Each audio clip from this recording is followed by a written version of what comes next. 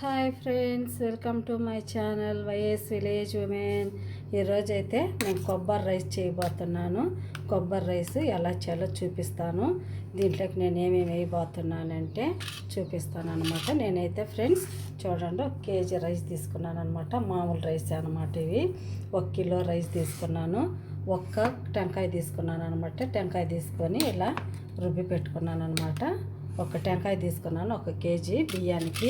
ఇదిగో చూడండి, దాంట్లోకి అయితే మసాలా దినుసులు చూడండి ఇవన్నీ తీసుకున్నాను అనమాట. బిర్యానీలోకి వేసుకునే మసాలే అనమాట. చూడండి, దాల్చిన చెక్క, స్టార్ పువ్వు, ఇలాచి, లవంగాలు, 1 బండ పువ్వు అంటారు కదా అదనమాట. బిర్యానీ ఆకులు 2 తీసుకున్నాను అనమాట. దీంట్లోకి అయితే క్యారెట్, బీన్స్, 2 ఉల్లగడ్డలు అయితే 1 కప్పు నిండా తీసుకున్నాను అనమాట. చూడండి, ఎర్రగడ్డలు అయితే ఒక పెద్ద 2 కట్ చేసి పెట్టుకున్నాను. పచ్చిమిర్చి 4 కట్ చేసి పెట్టుకున్నాను అనమాట. టమాటాలు అయితే 4 కట్ చేసి పెట్టుకున్నాను అనమాట. అల్లం వెల్లుల్లి పేస్ట్ తీసుకున్నాను అనమాట. 2 టేబుల్ స్పూన్లు. ఇది ఎలా చేయాలో ఈజీగా అయితే చూపిస్తాను. చాలా ఈజీ ఫ్రెండ్స్ ఈ కొబ్బరి రైస్. ఇప్పుడైతే చేద్దాం కొబ్బరి రైస్. ఫ్రెండ్స్ చూడండి, గిన్నె పెట్టేసేసి ఆయిల్ అయితే పోసాను. ఆయిల్ అయితే హీట్ ఎక్కిందనమాట. ఇప్పుడు ఇందులో ఒక్కొక్క మసాలా దినుసులు అయితే వేసేసుకున్నాము. చూడండి, యాలక్కులు, స్టార్ పువ్వు, లవంగాలు, బిర్యానీ ఆకు, బండ పువ్వు, ఇంకా కొద్దిగా ఏమంటే చూడండి జీలకర్ర అనమాట. ఇవన్నీ వేసాను.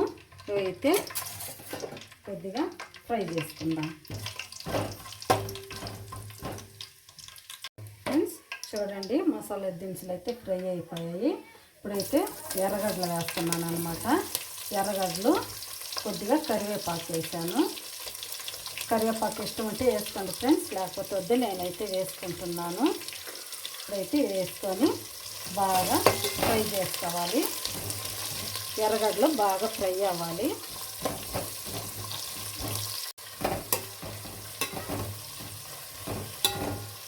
ఫ్రెండ్స్ చూడండి, ఎర్రగడ్డలు అయితే బాగా ఫ్రై అయిపోయాయి బ్రౌన్గా. ఇప్పుడు ఇందులో మనం అల్లం వెల్లుల్లి పేస్ట్ వేసుకుందాం. అల్లం వెల్లుల్లి పేస్ట్ పచ్చివాసన పోయే వరకు బాగా ఫ్రై చేసుకోవాలి. ఫ్రెండ్స్ అల్లం వెల్లుల్లి పేస్ట్ పచ్చివాసన అంతా పోయింది, మంచి స్మెల్ అయితే వస్తుంది. ఇప్పుడు ఇందులో మనం పచ్చిమిరపకాయలు వేసుకుందాం. పచ్చిమిరపకాయలు కూడా బాగా ఫ్రై చేసుకోవాలి. అల్లం వెల్లుల్లి పేస్ట్ ఫస్ట్ బాగా ఫ్రై అవ్వాలి ఫ్రెండ్స్, అప్పుడు వేసుకోవాలి. లేకపోతే పచ్చి స్మెల్ వేస్తే రైస్ బాగుండదు అనమాట. కొబ్బరి రైసు నేను బాగా పచ్చి వాసన పోయిన తర్వాత పచ్చిమిరపకాయలు వేసాను అనమాట. ఇది వేగిన తర్వాత స్మెల్ అంతా మంచి స్మెల్ వస్తుంది కదా. ఇప్పుడైతే మనం ఇందులో పచ్చి కొబ్బరి వేసుకుందాం. ఫ్రెండ్స్ ఇప్పుడు ఈ పచ్చి కొబ్బరి మనం మిక్సీ వేసుకొని పేస్ట్ చేసుకున్నాం కదా, అదంతా ఇందులో వేసేసుకున్నాము. కొంతమంది కొబ్బరి పాలు పోసుకుంటారు, నేనైతే అలాగే వేసుకుంటున్నాను. అలాగైనా చేసుకోవచ్చు, కానీ నేనైతే అలాగే వేసుకుంటున్నాను. ఇప్పుడు పచ్చి కొబ్బరి కూడా బాగా పచ్చి వాసన పోయే వరకు బాగా ఆయిల్లో బాగా ఫ్రై చేసుకోవాలి.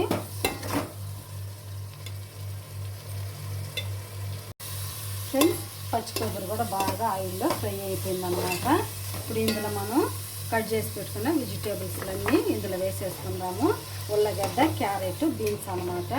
ఇప్పుడు ఇవి కూడా ఇందులో వేసుకొని బాగా ఇలా కలిపేసుకొని 2 నిమిషాలు ఆయిల్లో మగ్గనిద్దాం. మూత పెట్టుకొని 2 నిమిషాలు మగ్గనిద్దాం వెజిటేబుల్స్. ఫ్రెండ్స్ ఒకసారి మూత తెచ్చి చూసుకుందాము.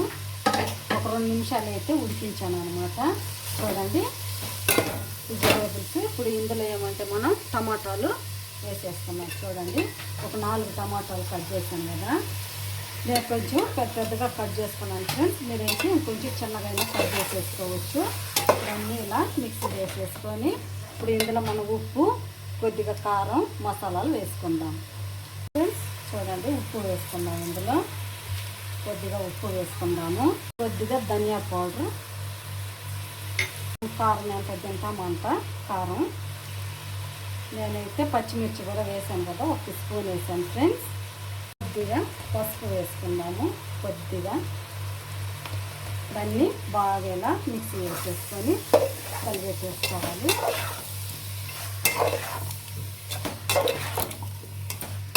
బాగా ఇలా కలిపేసిన తర్వాత ఇంకొక 2 నిమిషాలు మూత పెట్టుకొని మగ్గించుకుందాం. ఇందులో గరం మసాలా కూడా కొద్దిగా వేసుకుందాము.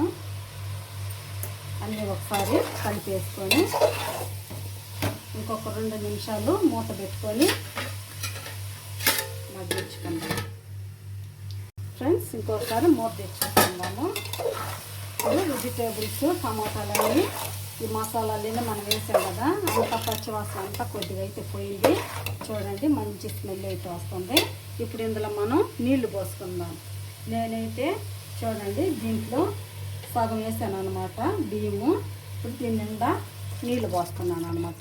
ఒక రైస్ అయితే 2 నీళ్ళు పోయాలి. ఒక గ్లాసు రైస్ అయితే 2 గ్లాసులు వాటర్ పోయాలి. చూడండి, నేనైతే ఇందులో సగం తీసుకున్నాను అనమాట బియ్యము. దీని నిండా అయితే వాటర్ పోసాను. ఒకసారి ఉప్పు అవన్నీ చూసేసుకుందాము. ఉప్పు సాలకపోతే ఇప్పుడే వేసేసుకోవచ్చు ఫ్రెండ్స్. ఉప్పు అయితే కరెక్ట్గా సరిపోయింది. ఇప్పుడైతే మూత పెట్టుకొని ఎసురు మరిగే వరకు మరిగించుకుందాం. ఫ్రెండ్స్, ఒకసారి మూత తెచ్చొద్దాం. చూడండి, ఎసురు అయితే మరిగిపోయింది కదా. ఇప్పుడు ఇందులో మనం పుదీనా వేసుకుందాము. ఎందుకంటే ఇప్పుడు వేస్తే స్మెల్ బాగుంటుంది, అందుకని ఇప్పుడు వేస్తున్నాను అనమాట. రైస్ కూడా వేసేసుకుందాము.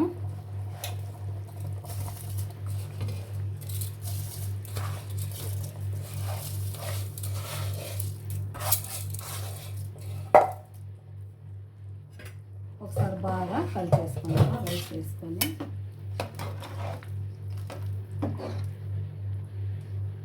రైస్ వేసుకున్నాం కదా. ఇప్పుడు కాసేపు మూత పెట్టుకొని ఉడికించుకుందాం. ఫ్రెండ్స్, ఒకసారి మూత తెచ్చొద్దాం. చూడండి, కరెక్ట్గా సరిపోయింది అనమాట.